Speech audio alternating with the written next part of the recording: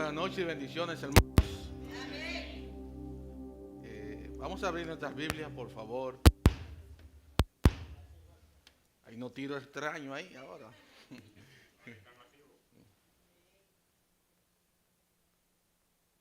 Quiero que me acompañe, por favor, al libro de Daniel. El libro de Daniel.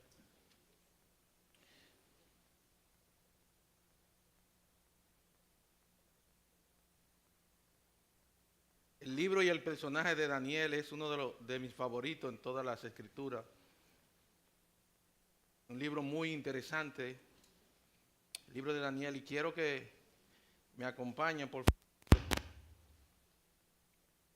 Daniel capítulo 5. Daniel capítulo 5. Vamos a tratar en esta noche el capítulo completo. Vamos a tratar de abarcar el capítulo completo, pero en esta ocasión solo vamos a leer los versículos 24 al 31, del 24 al 31, aunque vamos a tocar el capítulo completo, del 24 al 31 de Daniel capítulo 5. Dice la palabra del Señor: entonces de su presencia fue enviada la mano que trazó esta escritura. La escritura que trazó es Mene, Mene, Tekel, Uparsin. Esta es la interpretación del asunto. Mene, contó Dios tu reino y le ha puesto fin. Tekel, pesado ha sido en balanza y fuiste hallado falto. Pérez, tu reino ha sido roto y dado a los medos y a los persas. Entonces mandó Belsasar vestir a Daniel de púrpura y poner en su cuello un collar de oro y proclamar que él era el tercer señor del reino. La misma noche fue muerto Belsasar, rey de los Caldeos, y Darío de Media tomó el reino, siendo de 72 años. En esta noche yo quiero hablarles sobre este capítulo, sobre el título: Fin de una vida por persistir en el orgullo y la arrogancia. Vamos a orar. Padre, te damos las gracias por tu inmenso amor, tu bondad y tu misericordia para con nosotros. En esta hora que vamos a exponer tu palabra, te rogamos que sea tu Santo Espíritu quien dirija todo cuanto vayamos a hacer, que tu nombre sea exaltado, que tu nombre sea glorificado. Gracias, Padre, te damos en el nombre de Jesús. Amén. Amén. Bien, pueden sentarse, hermano. A lo largo de las Escrituras, nosotros podemos ver que el orgullo humano ha sido una de las causas más repetidas de la caída de los reyes, también de naciones y de personas.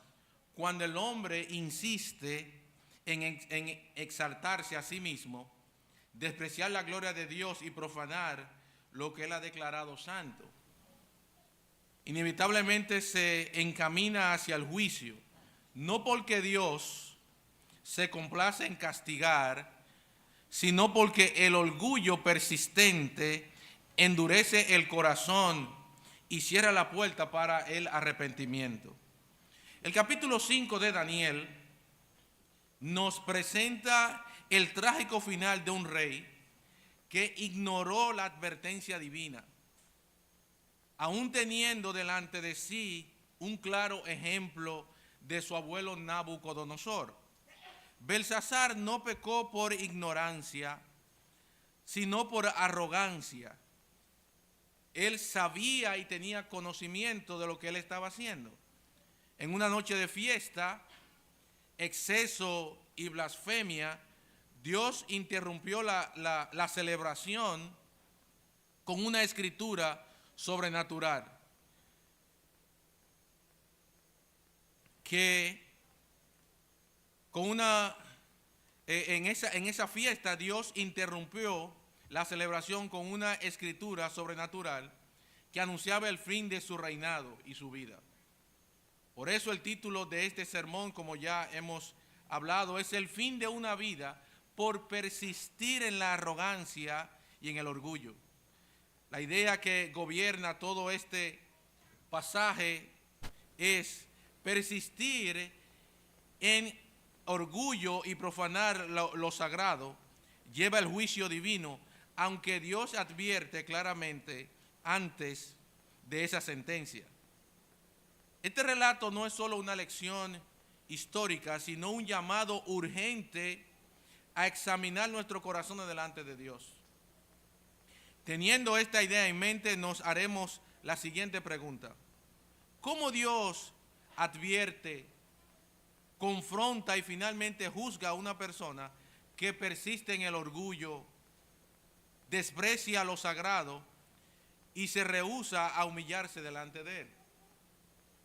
Esta pregunta va a encontrar respuesta al observar la fiesta organizada por Belsasar y la escritura en la pared, versículo 1 al versículo 4.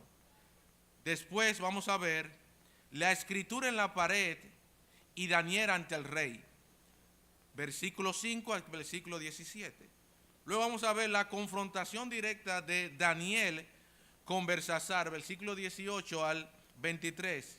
Y por último vamos a ver el juicio definitivo de Dios sobre Belsasar, versículo 24 al 31. Sin más, entramos a nuestro primer encabezado, que está en los versículos 1 hasta el versículo 4, que paso a leer. Mire lo que dice la palabra del Señor. Dice: el rey Belsasar hizo un gran banquete a 1000 de sus príncipes, y en presencia de los 1000 bebía vino. Belsasar, con el gozo del vino, mandó que trajese los vasos de oro y de plata que Nabucodonosor su padre había traído del templo de Jerusalén, para que bebiesen en ellos el rey y sus grandes, sus mujeres y sus concubinas. Entonces fueron traídos los vasos de oro que había traído del templo de la casa de Dios que estaba en Jerusalén. Bebieron en ellos el rey y su príncipe, sus mujeres y su concubina, bebieron vino y alabaron a los dioses de oro, de plata, de bronce, de hierro y de madera y de piedra. Daniel introduce allí a Belsasar en un contexto histórico espiritual profundo y serio. Han pasado aproximadamente, hermanos, 23 años desde los acontecimientos del capítulo 4 y el capítulo 5. Ya entre el capítulo 4 y el capítulo 5 han pasado alrededor ya de 23 años. Nabucodonosor ya había muerto. Después de haber sido humillado por Dios en el capítulo 4, reconoció públicamente la soberanía del Altísimo y murió habiendo confesado que todos sus caminos son justos. Usted conoce la historia de Nabucodonosor, cómo Dios lo llevó de tal manera que él tuvo que reconocer que el Altísimo gobierna. Eso lo vemos en Daniel capítulo 4, versículo 37. Belsasar no era ignorante de esta historia.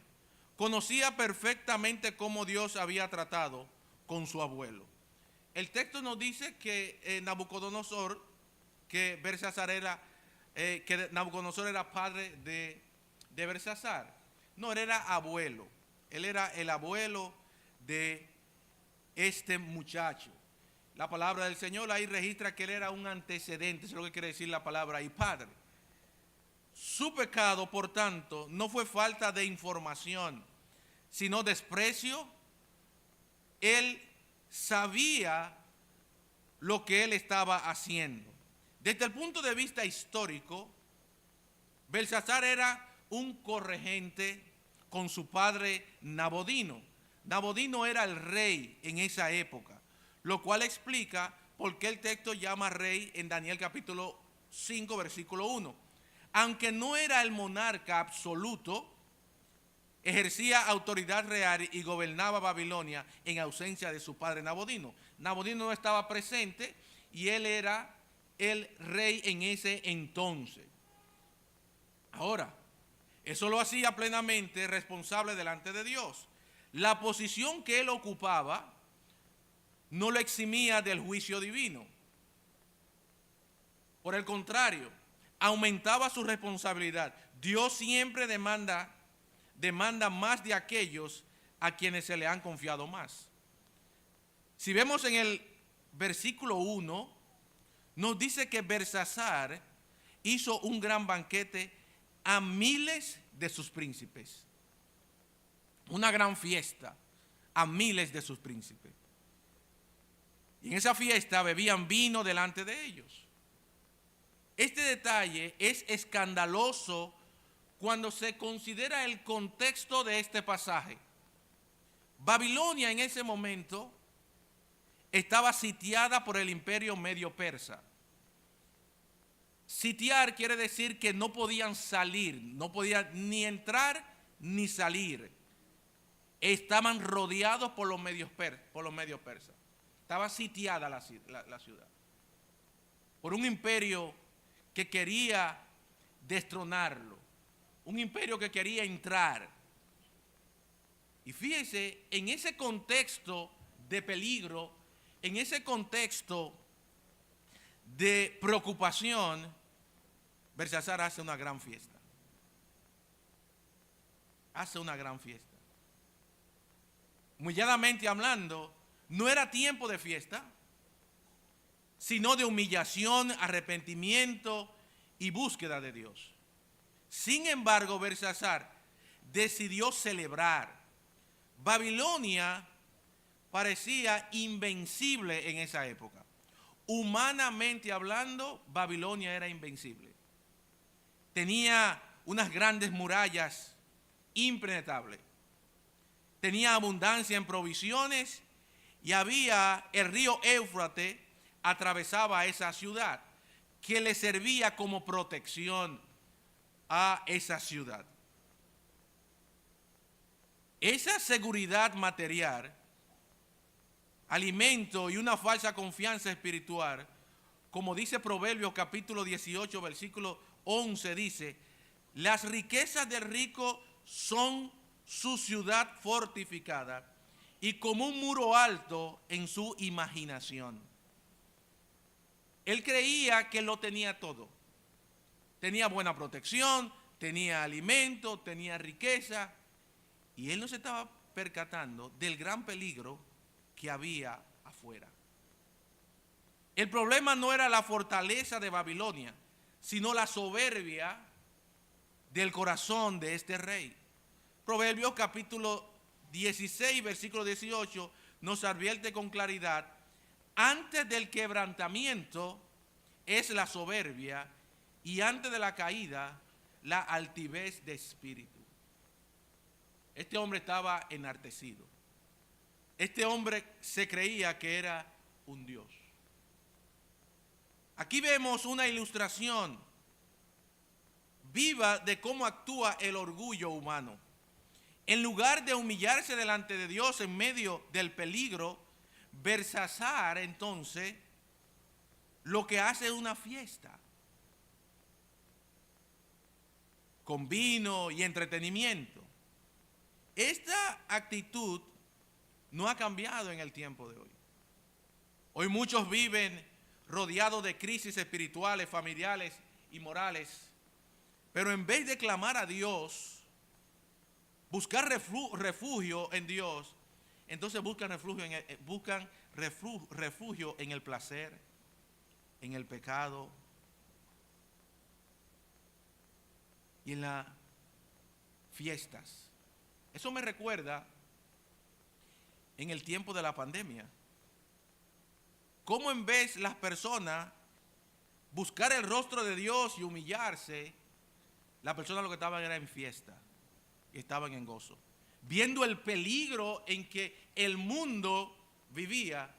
Lo que estaban era gozoso y hacían fiestas clandestinas y bebieron. Yo creo que en esa época nunca se había bebido tanto ron como en esa época. Fiesta, fiesta y fiesta. Y no ven el peligro, el orgullo del ser humano. Y este hombre estaba en esa misma condición. Había un peligro grande, pero él estaba confiado en las murallas que ellos tenían. El orgullo siempre intenta silenciar la voz de Dios antes que obedecerla. El versículo 2 nos muestra el pecado avanzando paso a paso. El texto muestra claramente que Belsasar estaba bajo los efectos del alcohol. El texto dice que él estaba bebiendo vino en presencia de 1000 personas.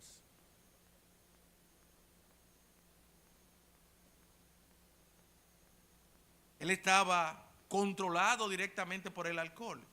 Y en ese estado ordena traer los vasos sagrados del templo de Jerusalén. Y los mismos utensilios de Nabucodonosor había tomado y guardado después de su encuentro con Dios, con el Dios verdadero. Esto no fue ignorancia ni un error momentáneo. Fue una decisión consciente y deliberada. Belsasar sabía de dónde provenían esos vasos y qué representaban. Al usarlo para beber vino, estaba desafiando directamente al Dios de los cielos. Lo que este hombre estaba haciendo, la ciudad estaba sitiada, él estaba haciendo gran fiesta, y en esa fiesta comenzó a beber, orgías, mujeres, y él llama que busquen los vasos y los utensilios que Nabucodonosor, su abuelo, había guardado. Cosas consagradas para Dios. Y él lo hizo con la intención de ridiculizar a Dios y querer demostrarle a los medopersas que él tiene poder y que no es Dios. Y comenzó y utilizó los vasos sagrados y los utensilios sagrados para adorar a dioses falsos. En Habacuc capítulo 2 versículo 15 pronuncia: ¡ay contra aquel que embriaga a otro para exponerlos! Eclesiastés capítulo 10 versículo 17 declara: bienaventurada la nación cuyo rey come con dominio propio y no para embriagarse. El alcohol aquí no es un simple detalle narrativo, es el instrumento que abre a la puerta de la irreverencia total. El alcohol inicia con esta trágica destrucción de este rey. Esto nos enseña una verdad crucial. El alcohol rara vez es un pecado aislado. Con frecuencia es la antesala de otros pecados mayores. Lo que una persona jamás haría sobria, lo hace con facilidad cuando pierde el dominio propio. Y eso lo hace el alcohol. Yo he visto personas bajo el efecto del alcohol que me sorprendo de las cosas que hacen. Una persona que nunca habla y cuando bebe habla más que un gallo. Y hace cosas que después al otro día le da vergüenza. Muchos de ustedes saben eso porque lo hicieron.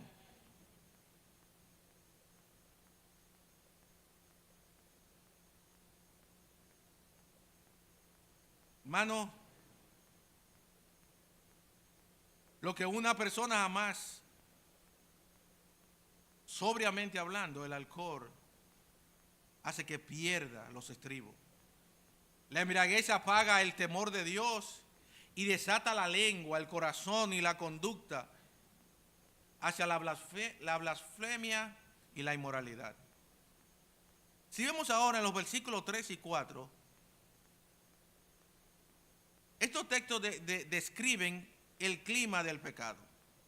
Dice: bebieron en ellos el rey y sus príncipes, sus mujeres, sus concubinas, y alabaron a los dioses de oro y de plata.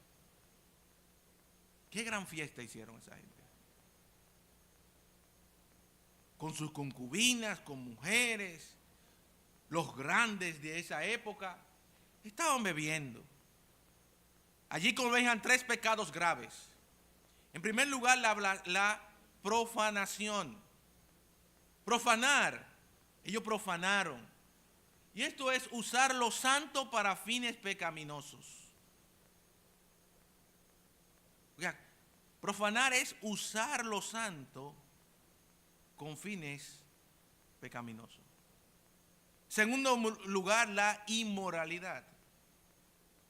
Una fiesta descontrolada, sensual y degradante. Tercero, la idolatría.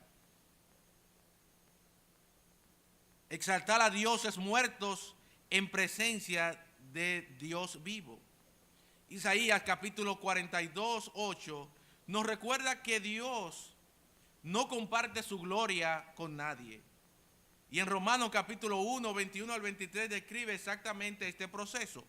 Conociendo a Dios, dice la palabra del Señor, no lo glorificaron como a Dios, sino que cambiaron su gloria por imágenes corruptibles. Hoy muchos, hermanos,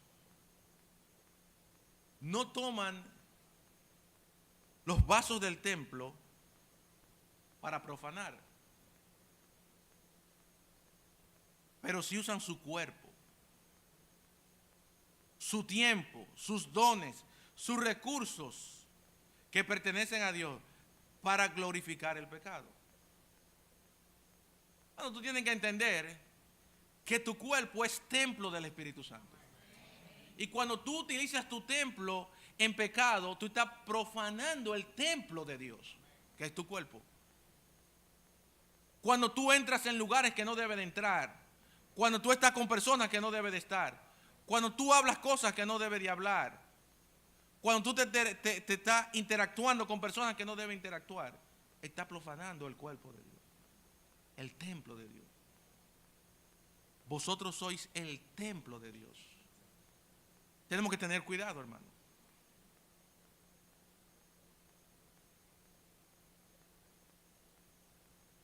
Esto significa,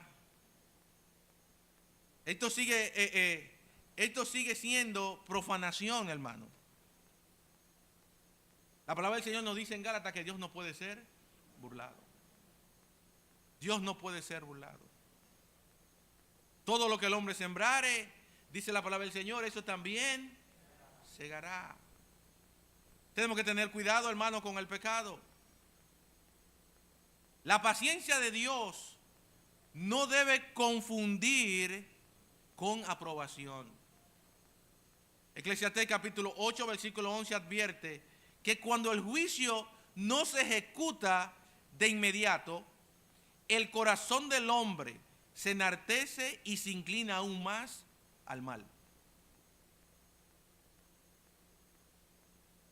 Este pasaje nos deja lecciones claras. El orgullo lleva al hombre a burlarse de Dios. La irreverencia nace cuando se pierde el temor del Señor. Y todas las fiestas sin Dios, tarde o temprano, terminan en juicio. Este hombre Belsasar pensó que podía desafiar al Dios del cielo sin tener consecuencias. Pero Dios estaba observando todo. Él haciendo todas sus cosas, todas sus fiestas. Había alguien que lo estaba observando. De allá desde los cielos alguien lo estaba observando. Mientras la música sonaba y el vino corría, el cielo ya había determinado lo que iba a hacer. Y cuando el pecado llega a su colmo, Dios rompe el silencio y eso nos conduce directamente a nuestro segundo punto, que está en los versículos 5 al versículo 17. Y esto es la escritura en la pared y Daniel ante el rey, cuando Dios interrumpe la fiesta del pecado. Imagínense, hermano, esa gran fiesta. Miles de personas, dice que miles estaban ahí en esa fiesta. Y él trae los utensilios del templo y comienza a beber y a gozar. Versículo 5 marca un giro dramático en la narrativa. En el mismo momento en que Belsasar y sus invitados estaban comiendo,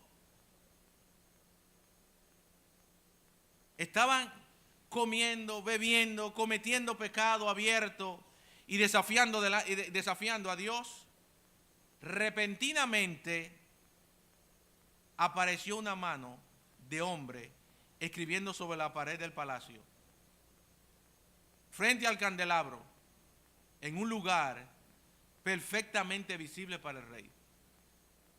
Bueno, yo quiero que usted vaya a esa fiesta. Ponga su mente allá en esa fiesta. Usted está en una fiesta, bebiendo, gozando, como estaban ellos allí. Y de repente, usted ve una mano que comienza a escribir. Mire, y da más miedo, porque si fuera una persona completa, yo acepto, lo veo más bien. Pero una mano. Una mano escribiendo. Imagínense que aparezca una mano ahí escribiendo. Vamos a salir todo el mundo corriendo aquí. Una mano comenzó a escribir.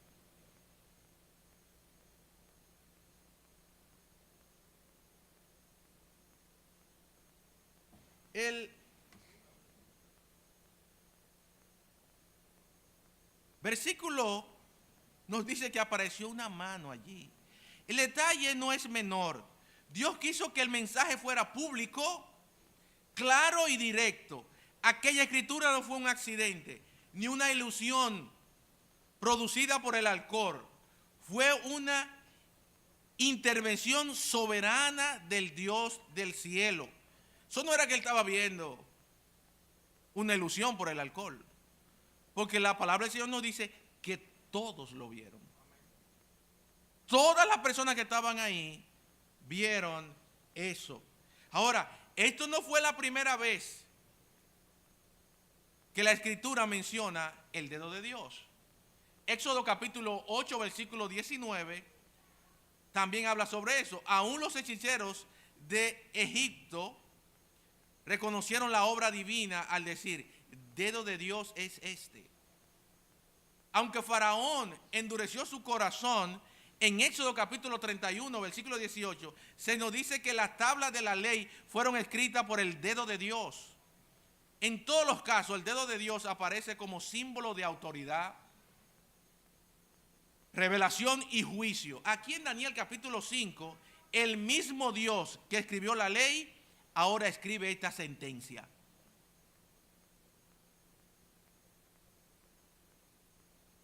El impacto de la escena es dura, es sobrecogedora. No se vino una figura completa, como ya hemos hablado, solo una mano escribiendo. Precisamente esa ausencia hizo el aumento aún más aterrador. Podemos imaginar el silencio repentino en aquel salón. Todos callaron, todos estaban perplejos. Minutos antes había risa, había música, había vino, había desenfreno. Ahora hay pánico. Ahora hay pánico. El texto dice que el rey se levantó para observar mejor lo que ocurría y que el temor fue tal que se debilitaron sus lomos y sus rodillas daban la una contra la otra.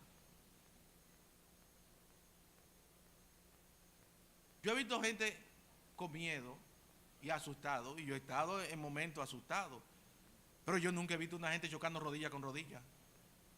Del miedo que ese hombre tenía, un hombre arrogante, un hombre orgulloso, un hombre que desafiaba a todo el mundo, ahora está rodilla con rodilla chocando. Se le apretó la cosa a ese hombre. Pero este hombre, dice el versículo 6, entonces el rey palideció, oye, se puso blanco. Y sus pensamientos lo turbaron y se debilitaron sus lomos y sus rodillas daban la una contra la otra. Lo único que él pudo hacer fue gritar. Y el rey gritó a alta voz que hiciesen venir a magos, cardeos, adivinos. Y dijo el rey a los sabios de Babilonia: cualquiera que lea esta escritura y me muestre su interpretación será vestido de púrpura y un collar de oro llevará en su cuello y será el tercer señor en el reino. Fíjense, él dice será el tercer señor en el reino. El hombre que se había levantado orgulloso contra el Dios del cielo, ahora no podía ni sostenerse en pie. Sus mujeres, concubinas, príncipes y nobles fueron testigos de la humillación total que le hicieron a ese rey. En esa sala todo el mundo estaba pensativo. Todo el mundo estaba callado. Solo veían la escritura en la pared. Y todo esto ocurrió con solo ver una mano. Solo ver una mano. La pregunta es, ¿qué será, hermano, cuando ese mismo rey tenga que compadecer ante el trono de Dios vivo? ¿Dónde quedará su orgullo? ¿Dónde quedará el orgullo de todos aquellos que hoy viven desafiando a Dios con la misma altivez? Hermano, la escritura es clara. Nadie escapará al encuentro con el juez eterno. Hermano, eso fue solo una mano. Y todo el mundo estaba asustado. Ahora imagínese ese gran día. Ese gran día que hablan los profetas, que habla toda la Biblia, que habla en Apocalipsis. Ese gran día donde todos vamos a compadecer delante de ese hombre. ¿Usted ha pensado eso, hermano? ¿Usted ha pensado el día que usted esté delante de ese hombre? Él ahí y usted ahí.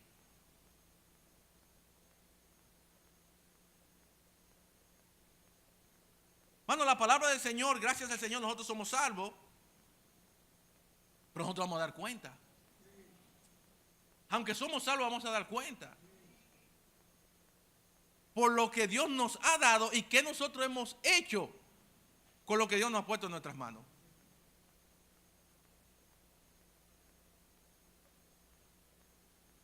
Hermano, hay personas que imiten temor y respeto. Y alguna vez usted hablar delante de una persona, usted hasta baja la cabeza por temor y respeto que tiene esa persona. Imagínese el día que usted esté delante de Dios, donde la palabra del Señor nos dice que su voz es como estruendo de muchas aguas. Que cuando Moisés, él le dio allí los mandamientos a Moisés, el pueblo decía: no, Moisés, habla tú con él, yo no. No podemos ver delante de él, no podemos estar. Pero un día no se va a escapar, todos estaremos delante de él.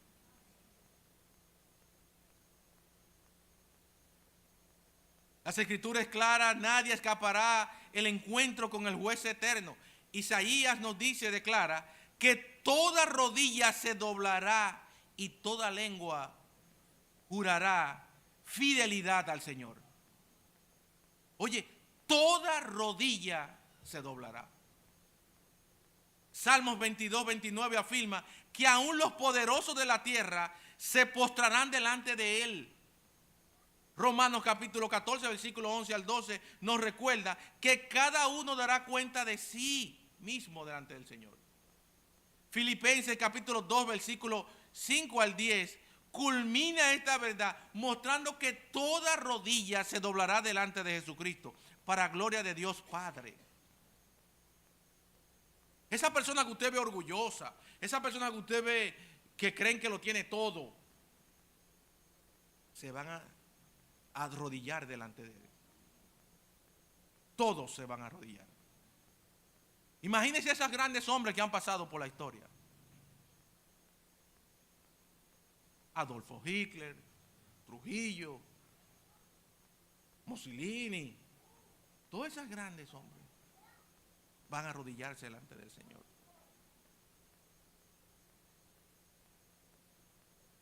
Esta escena confronta directamente el corazón humano. El hombre cree ser dueño de su vida, que vive en rebeldía, que hace lo que quiere sin considerar a Dios. Debe saber que un día estará cara a cara con el Rey de toda la tierra. Un día. Un día. Versículo 7 vemos la reacción desesperada de Belsasar. El rey grita a alta voz llamando a los sabios de Babilonia y ofreció grandes honores a cualquiera que pudiera leer o interpretar esa escritura. Incluso prometió hacerlo el tercer gobernante del reino, porque él era el segundo. Recuerde que su padre Nabodino era el segundo. Él dice, el que me interprete esto será el tercero. Sin embargo, ninguno de los sabios pudo interpretar el mensaje. Esto dejó en evidencia la inutilidad de la religión pagana. No sabemos si no podían leer el idioma, ni la forma de la escritura era desconocida, o si aún entendiéndola eran incapaces de discernir su significado profético. Lo cierto es que la sabiduría humana fracasó por completo. Esto aumentó aún más el terror del rey. Aquí vemos un patrón que se repite constantemente. Cuando el hombre está en apuros, intenta resolver los problemas a su manera, recurriendo a recursos humanos, ignorando que hay una situación que solo Dios del cielo lo puede resolver, hermano. Cuando Dios habla, ningún sistema religioso, filosófico o humano puede sustituir su relación. La conmoción llega hasta los oídos de la reina madre, quien entra en escena en los versículos 10 y el versículo 12. Esta mujer, la reina, no era la esposa de Belsasar. Se cree que esta era la esposa de Nabucodonosor, que aún estaba viva, o era una tía que estaba en los tiempos de Nabucodonosor. Pero más apunta que era la esposa de Nabucodonosor. Y esta mujer entra entonces en escena. Ahora en los versículos 10 y el versículo 12. La mandan a buscar.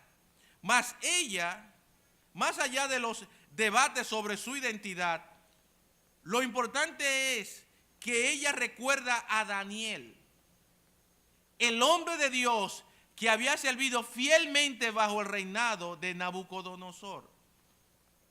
Daniel, a esa altura, tenía más de 80 años en ese episodio.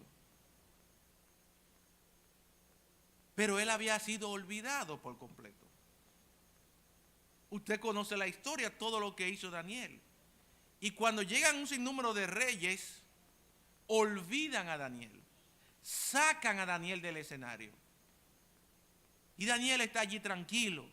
Y esta mujer, ahora en momentos difíciles, se acuerda de Daniel. O ahora se acuerda de Daniel.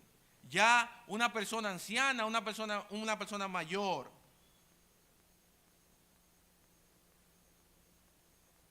Sin embargo, su testimonio permanece intacto, hermano. Algo que denoto en esta historia es esa. Fíjese, esta mujer conocía a Daniel. Daniel en esta altura tenía más de 80 años y Daniel entró a Babilonia alrededor de 14 o 15 años y ya han pasado más de 60, 70 años por ahí. Y fíjese la expresión de esa mujer. Esta mujer dice de este hombre, la reina madre da un testimonio contundente en Daniel. Había mayor espíritu, ciencia y entendimiento. Esa mujer reconoció la trayectoria de ese hombre por más de 60 años.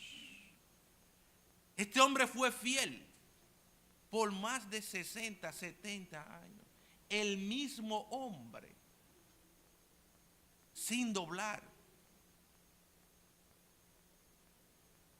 Era incapaz de interpretar sueños y resolver enigmas porque la gracia de Dios estaba sobre él. Daniel es llamado ante el rey y la manera que Belsasar se dirige a él en el versículo 13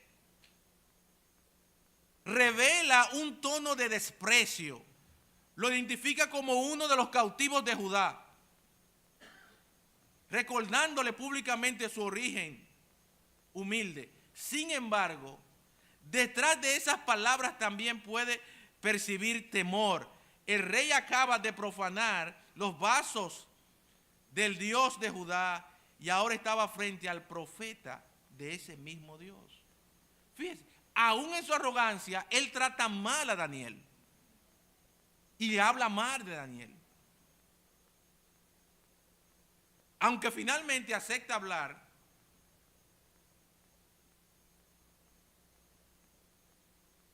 pero vemos también en los versículos 14 y 16, el rey repite la oferta de recompensa a Daniel, lo que le va a dar. Pero el profeta, fiel a su carácter, deja claro que no sirve a Dios por ganancias personales. Él le dice, quédate con eso, yo no quiero eso. Daniel conocía todo eso, él vivió un tiempo ahí. Ahora es interesante que finalmente Daniel acepta hablar con él y lo hace con total independencia, mostrando que su compromiso no era con el rey, sino que no era con el rey ni con sus regalos, sino con el Dios Altísimo. No es como ahora. Ahora hay muchas personas grandes que se quieren hacer de dinero. Daniel no. Daniel fue fiel. Daniel era un hombre que no se vendía por favores. Daniel había llegado a Babilonia siendo un adolescente y ahora, después de más de 70 años sirviendo en tierra extranjera, seguía siendo íntegro. El mismo Daniel, que en el versículo 1:8 propuso no contaminarse con la comida del rey, es el que ahora presenta con autoridad espiritual delante del rey. Miren la integridad de este hombre. Necesitamos hombres y mujeres con esa integridad. Mire, Daniel fue tan íntegro, Daniel fue tan fiel al Señor, que en Ezequiel capítulo 14, versículo 14, y en el 14:20, lo menciona junto a Noé y a Job como ejemplo de justicia en medio de generaciones corruptas. Dejando claro que la responsabilidad moral es personal. Daniel era reconocido por su rectitud, no por su posición. Una persona recta. Era un hombre fiel. Hoy más que nunca se necesitan creyentes fieles e íntegros como Daniel.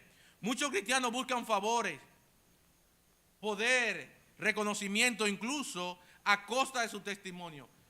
Pero el pueblo de Dios está llamado a vivir como extranjeros y peregrinos, como nos dice Primera de Pedro, capítulo 2, versículo 11.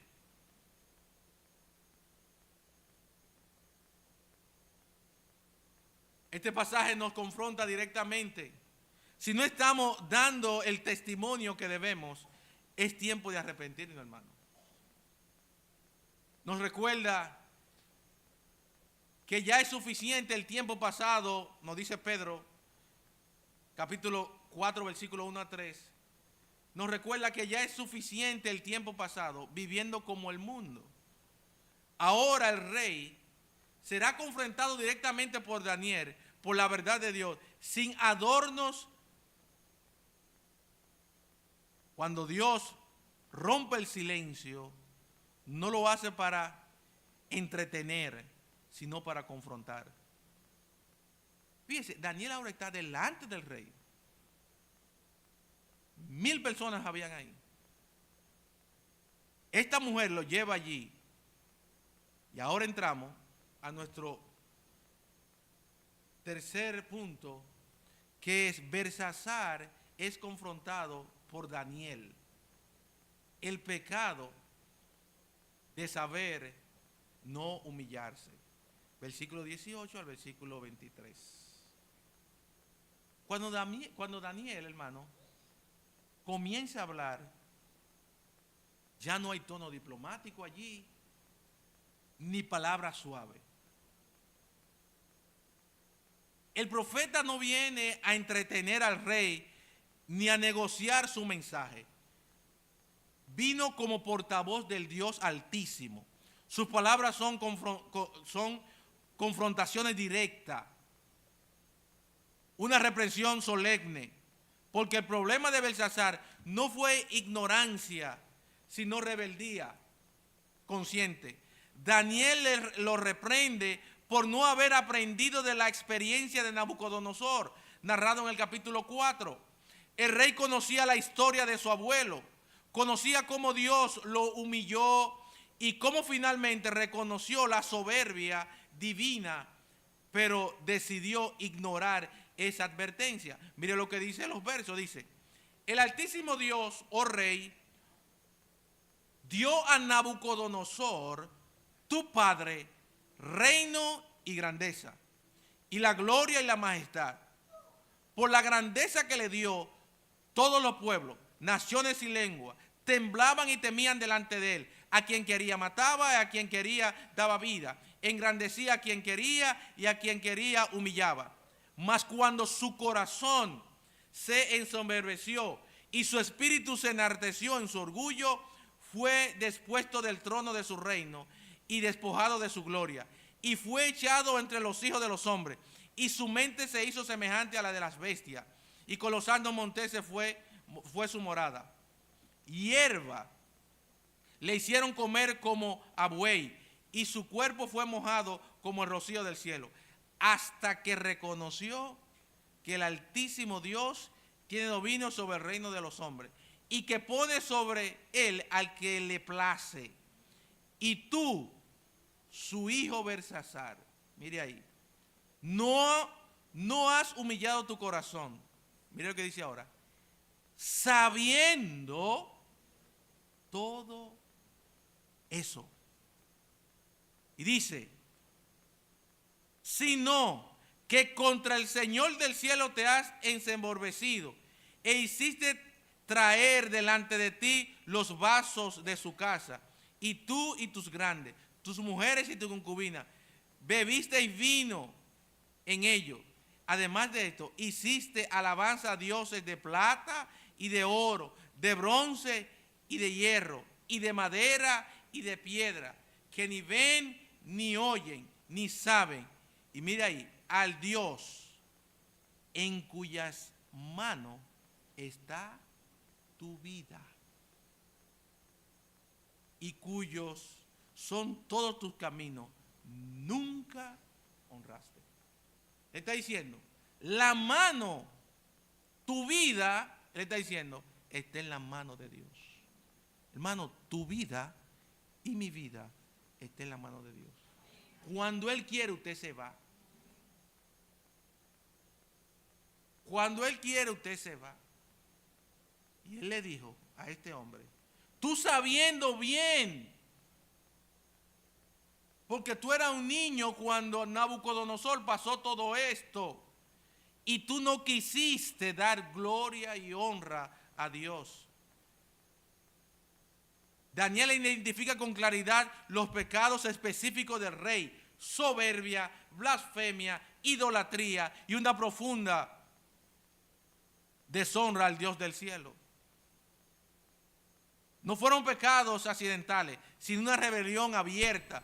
Por eso la escritura apareció en la pared, no como un simple aviso, sino como un decreto de juicio. Cuando el hombre persiste en pecar contra la luz que ha recibido, lo único que queda es la intervención justa de Dios. Hermano, muchas veces nosotros cometemos pecados sabiendo. Ejemplos tenemos de más. Ejemplos en la Biblia, ejemplos aquí en la tierra. Y cuando nosotros cometemos esos tipos de pecados, nos estamos desafiando a Dios. Y el juicio viene. Usted sabiendo que es pecado mentir y usted miente, usted sabe que le viene su... Usted sabe que chismear es pecado y usted sigue chismeando, le viene su pecado. Si usted sabe que fornicar es pecado, usted sigue haciendo eso, entonces le viene su pecado, su consecuencia. Los versículos 18 al 21, Daniel dirige la mirada al rey hacia la historia de Nabucodonosor y le explica eso. Es verdad, no solo confronta a Belsasar, sino a todos nosotros. Ningún creyente debe sentirse grande por lo que ha alcanzado. Donde estamos no es simplemente el resultado de nuestra inteligencia o capacidad, hermano, sino de la gracia de Dios. En el lugar donde tú estás, donde tú te encuentres, por la gracia de Dios. El mismo Daniel había entendido esto de este joven. Cuando interpretó el sueño de Nabucodonosor en Daniel capítulo 2, versículos 29 al 30, dejó claro que la rebelión no le fue dada por ser más sabio que otros. Me encanta eso. Cuando él interpretó el sueño a Nabucodonosor, buscaron todo el mundo, nadie pudo responder eso. Y cuando él llega, y él le dice: Nabucodonosor, no porque en mí haya más sabiduría que todos, sino que Dios quiso revelar eso a ti por medio de mí. Qué humildad tenía ese hombre. Él reconoció que la habilidad de interpretar sueños no venía de él, sino venía de Dios. Mano, lo que tú tienes, sea casa, sea un carro, sea una buena esposa, sea un buen trabajo, eso viene de parte de Dios. No te enaltezca por eso. El apóstol Pablo pudo decir: por la gracia de Dios soy lo que soy. Y él dijo: si pues coméis o bebéis o hacéis otra cosa, hacedlo todo para la gloria de Dios. Luego en los versículos 22 y 23, Daniel pronuncia una de las acusaciones más fuertes del capítulo. Y tú, su hijo Belsasar, no has humillado tu corazón sabiendo todo esto. Tú sabiendo todo esto. Él sabía. Mi querido hermano, tú sabes que cualquier pecado que tú cometas será castigado por Dios. Si le está fallando a Él, tú tienes ejemplo de más, tanto en la Biblia como en el entorno de tu vida.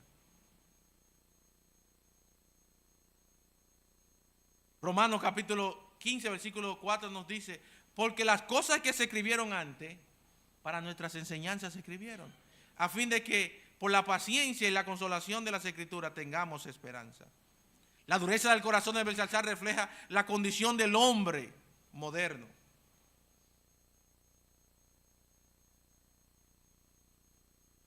Cuando el hombre rechaza la gracia, lo único que le queda es el juicio. Y eso nos conduce al desenlace de este capítulo. Y nuestro último punto es el juicio de Dios sobre Belsasar. Fíjese ya, la parte final, mire lo que dice. Entonces, de su presencia fue enviada la mano que trazó esta escritura. Y la escritura que trazó era Mene, Mene, Tekel, Uparsin. El juicio divino contra el rey Belsasar se manifestó de una manera solemne y tenebrosa. Dios no envió un profeta con una advertencia previa, ni para que él se arrepintiera. En su lugar, envió una mano que escribió un mensaje directo de juicio sobre la pared del palacio. Este acto sobrenatural subraya la grandeza del pecado cometido. Según Daniel 24, esta intervención divina fue consecuencia directa de la blasfemia del rey al profanar los vasos sagrados del templo, objetos que habían sido consagrados exclusivamente para el culto de Dios. Belsasar no solo deshonró objetos santos, sino que se levantó con arrogancia contra el Dios verdadero y contra el Dios verdadero.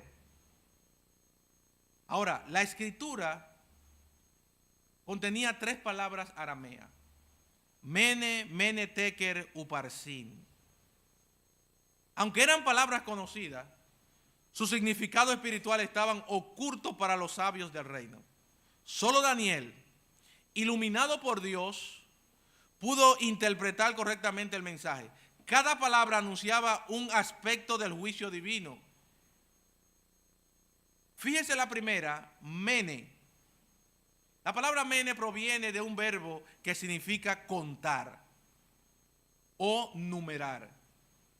Y también se relaciona con una unidad monetaria, una mina.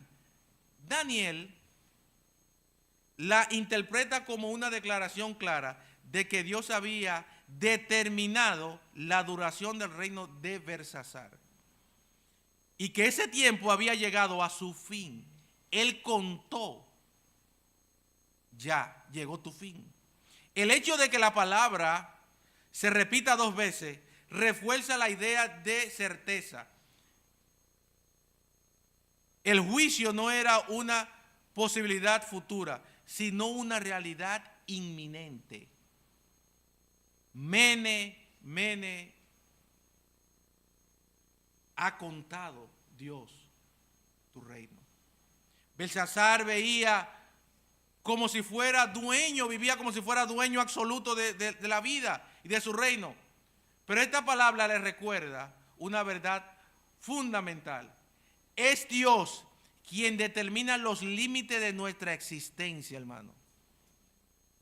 Como afirma Job 14:5. Nuestros días están contados por Dios y no podemos extenderlo ni aún más allá de lo que Él ha establecido. Dios ha puesto un límite, hermano.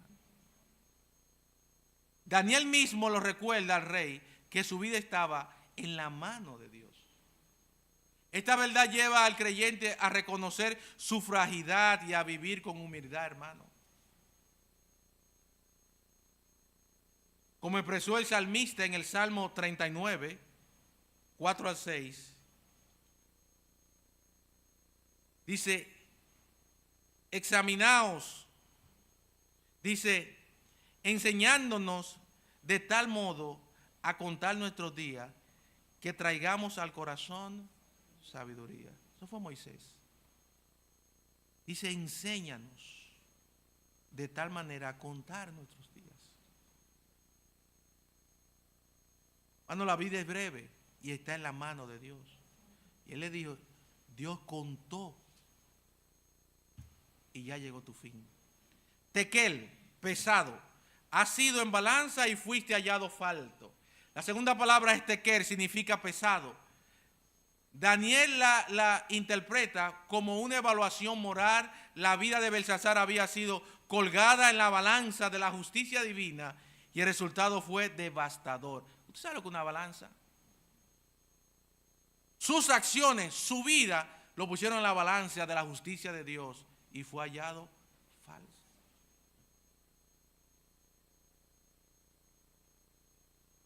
La Escritura enseña que Dios es quien pesa las acciones de los hombres.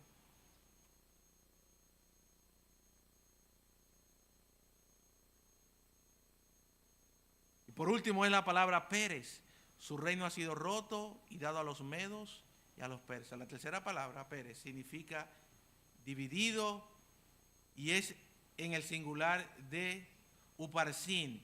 Además tiene un juego de palabras con el nombre de Persia, indicando claramente quiénes serían los instrumentos del juicio divino. El reino de Babilonia, que parecía invencible, sería quebrantado y entregado a otro imperio. Este juicio no solo afecta a Belsasar como individuo, sino que marca el fin de toda una dinastía. Esta palabra fueron claves y duras. Dios ha contado tus días. Tu justicia, tu vida han puesto en una balanza y fuiste falto. Y Dios dividió su reino. Hermano, nuestros días tienen un fin. Un día vamos a salir de esta tierra. Y las obras que nosotros hemos hecho durante la estadía que estemos aquí en la tierra, sean 15, sean 20, sean 30, sean 40, sean 60, sean 80 o 90, todas las acciones van a ser puestas en la balanza de la justicia de Dios. Por eso es que tenemos que andar bien, hermano. Por eso es que tenemos que hacer las cosas bien delante de Dios. Porque todo lo que nosotros hemos hecho serán pasados por fuego, como dice las Escrituras. Todas tus acciones, todas mis acciones estarán allí en la balanza de Dios, con la justicia de Dios.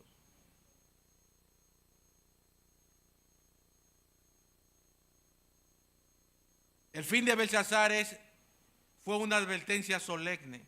Su orgullo, soberbia y altivez lo llevó a despreciar a Dios y el resultado fue juicio y muerte.